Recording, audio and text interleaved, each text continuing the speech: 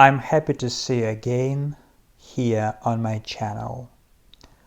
My name is Georgiy Grankord, and today we'll talk about a very important issue, about the right human development. What is right human development? Why is this issue so important? Because the development, evolution and involution, all the processes are directly connected with the level of human consciousness, with the level of human development. So we can see that this world is deep in all sorts of vices, corruption, exploitation, drinking blood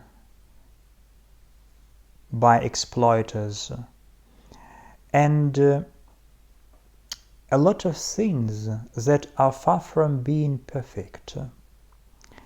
People have to work very hard to earn their small salary, and it's not enough. Only few people are rich, and not many people are wealthy. And I think that all these things, diseases, poverty, wars, exploitation, and bad interhuman relations of all sorts and kinds, all of them are connected with poor level of mind development and consciousness development as well, as the foundation of any substance of any mind. So a right human man, a perfect human man, so what is he like, or what is she like? This is a universal man, no doubt. The man who can do a lot of things in different spheres of human knowledge. This man should be good or perfect at contradictory disciplines. He or she should be perfect at building houses, cooking, knowing foreign languages, at least 3, making a lot of things by hands and a lot of things by mind, be good at religion, be good at spiritual practices, be good at managing the reality according to the wishes, according to the desires, be good at history, geography, be good at machinery, be good at engineering, be good at poetry, literature, art of different kind. So this man should be universally developed, and this universality, versatility in many fields, perfection in many fields, it gives a complete picture of the reality for this man. And if a man perceives the reality 100%, the full picture, he or she understands the world, and he or she must make the most contribution to this world, to improve this world, because, as you can see, this world political system existing now, and I can say wide ruling system, it can be called a parasitic system, because a very, very small level, small number of men live in luxury, but the majority have to fight for their good life, for their bread. And it is abnormal, it is not wise. When the planet is rich in natural resources and we have enough knowledge to make everyone rich and happy. So, and finally what we have, that the majority live in poverty or have to fight for better living. So that's why when you are universally developed, your child is universally developed, you can't be exploited by those who are in power, because if you are fired from one job, you can easily find or make another one. So if you are good at this and that, so first of all you are confident, you feel confident, and you feel knowledgeable. So when you can, because when I compare different regimes, and when I compare different periods of human development, of human evolution, the so-called evolution, I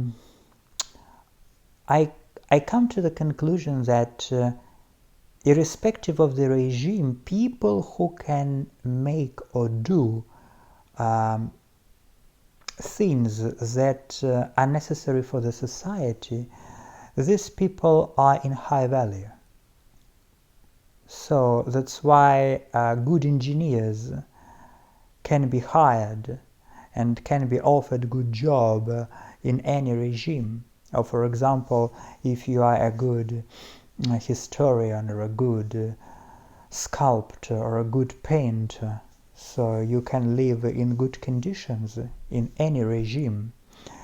And it means that when you multiply all these things, and when you cannot be only a good painter but a good engineer at the same time, when you can speak at the same time different languages, when you can be good at martial arts at the same time, and you can do many things, you become free. And when you become free, you become happy, because happiness without freedom is a controversial, weak position. So, if you want to create a new type of society, you have to create a new type of man. As you see, the whole education of nowadays, almost in all the countries, has an aim to build robots, but not human beings, independent human beings, because for 11, 12 or 13 years you have been learning a bullshit. What can you do practically after graduating after finishing your school? You have spent so many years at schools, and what knowledge has the school given to you? Nothing. You know some literature, you know some physics, but it's not practical. It's only theoretical. So when your knowledge is only theoretical and it can't be used practically, so it means that you don't know it. You know only a part of it, but you can't use it. It's in vain. All the years are spent in vain. So the major thing, the major target of modern so-called education is to create dependent people, weak people, who know almost nothing and who can be easily controlled. And the main target of the higher education is to create a man who can be good only at one thing. And when you are good only at one thing,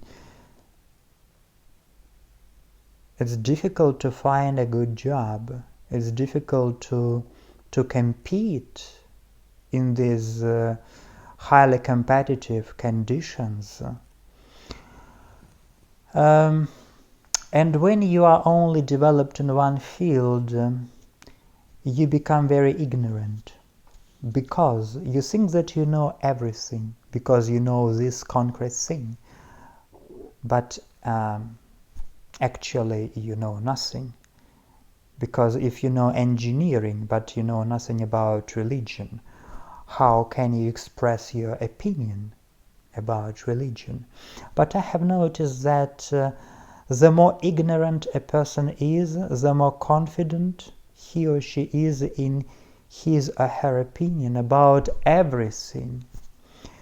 So if you ask people what they think about this or that, they have their own opinion. How can it be? They know nothing about the whole world around them, except their own concrete field of knowledge.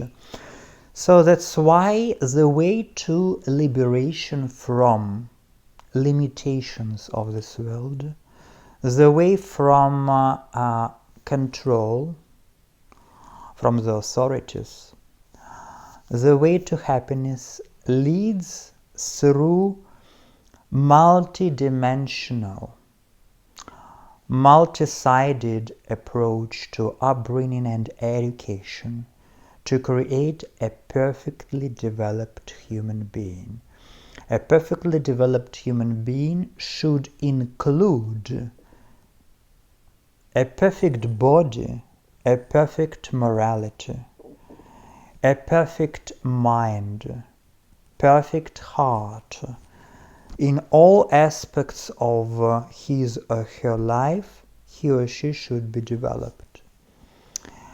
And I know that nowadays the schools that are able to offer such services to create universally developed human beings, they just don't exist.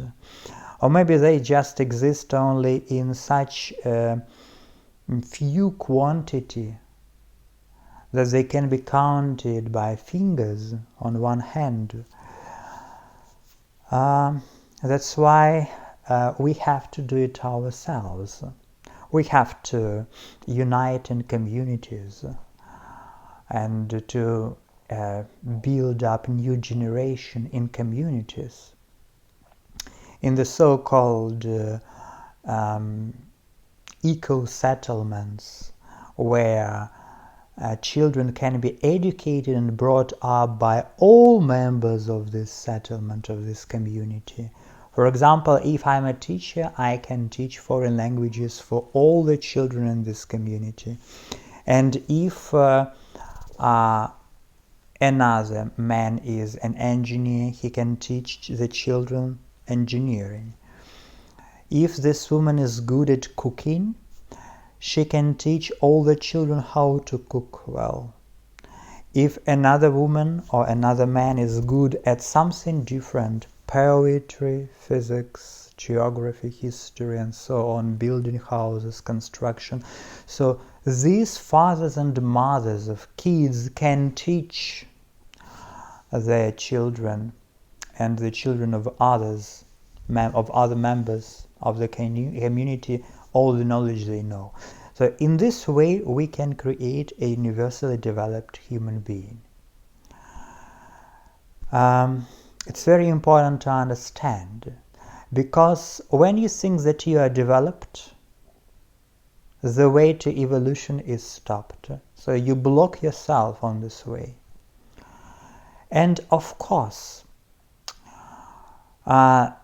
we should understand as well that the way of development is not finished by creating a universally developed human being.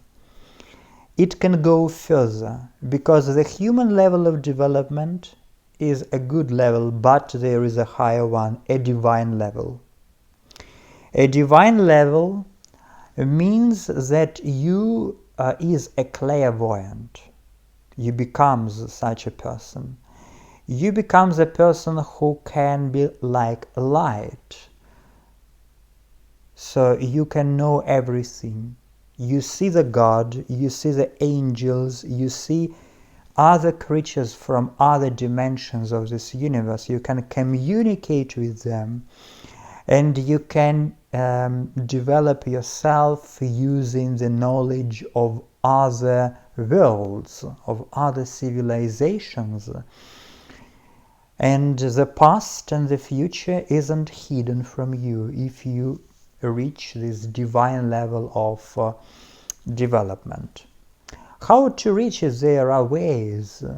I have already told about two of them, that you should dedicate everything you do to the God, to the goddess, to the divine mother, to the divine father. You should sacrifice everything to them. This is one way, the way of heart.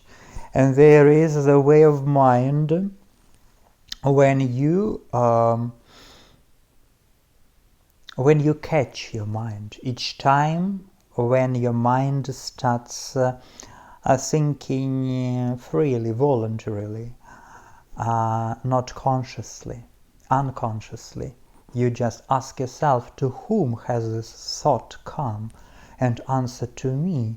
And then another question, and who am I? But you shouldn't give an answer.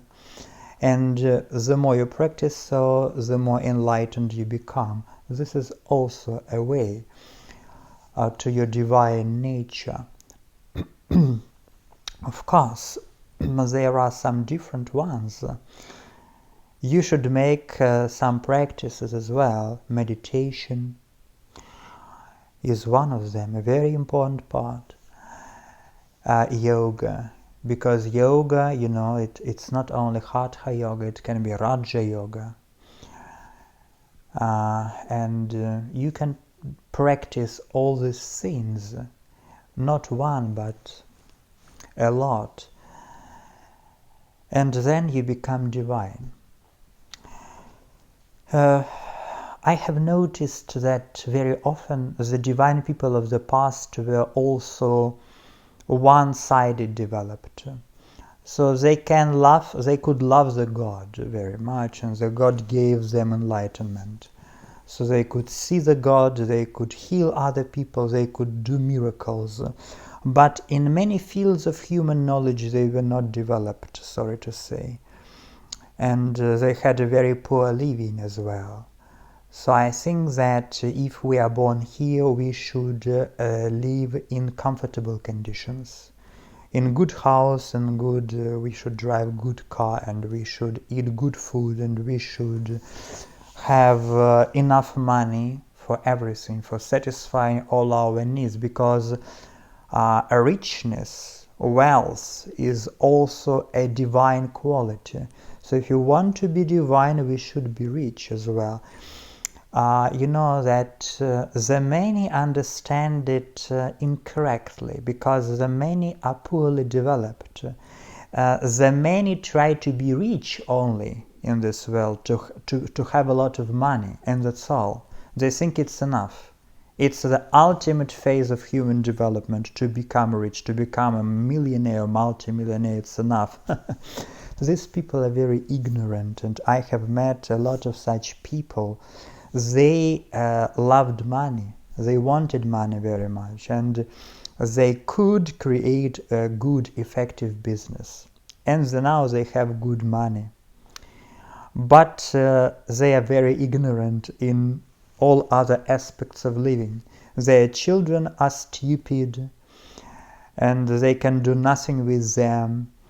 And their relations with their husbands or wives are very bad, with their partners are not good, and physically they are not well developed, and in many other fields they are poorly, weakly developed. So that's why a man should be universally developed. Only in this point, when you are universally developed, you can understand this world in a right way, how it really works, how it really is built. Yeah. So you should understand that if you follow a common way, the way others follow, it's a wrong way. Because this system of ruling people that exists nowadays, it is built on the principle for good, but not for the majority, only for the minority. And this minority already exists. It is formed. And this minority doesn't want you to become rich, you to become independent, you to become happy. They want you to live in poverty and to serve them as servants or better slaves. So that's why the whole education system, the whole social system is built on turning your children into obedient servants who can do nothing except one narrow field of concrete knowledge. It's very essential to understand. So, thank you very much for your listening, for the time you have spent on this channel. I hope that my revelations will be useful for you, and in our next videos we will continue our talking about how to become realized, how to become free, how to become happy. Thank you.